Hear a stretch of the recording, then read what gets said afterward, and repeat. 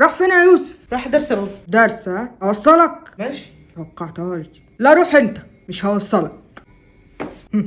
اكيد ياخد احتياطاته يعني. اما نشوف. الحمد لله على السلامة يا يوسف. ايه اتخضيت ليه؟ لا ياخدني يا بابا، انا ما خدتش بالي ان حضرتك قاعد. ها؟ فيها يا بابا؟ هتكون مخبي حاجة كده ولا حاجة كده؟ ولا حاجه خالص يا بابا. يعني معكش حاجة خالص. ايه ده؟ كراسه يا بابا. كراسة ودي آلة طيب عدي. طب ما حضرتك حاسس مش هعدي يا بابا؟ عدي. مش هات بالراحة كأنك مش مخبي نسيبه. هو حضرتك بتقول حاجه يا بابا؟ ولا حاجة. ايه مش عايز حاجة النهاردة؟ ايه يا بابا؟ حاجه زي ايه يا بابا؟ ها؟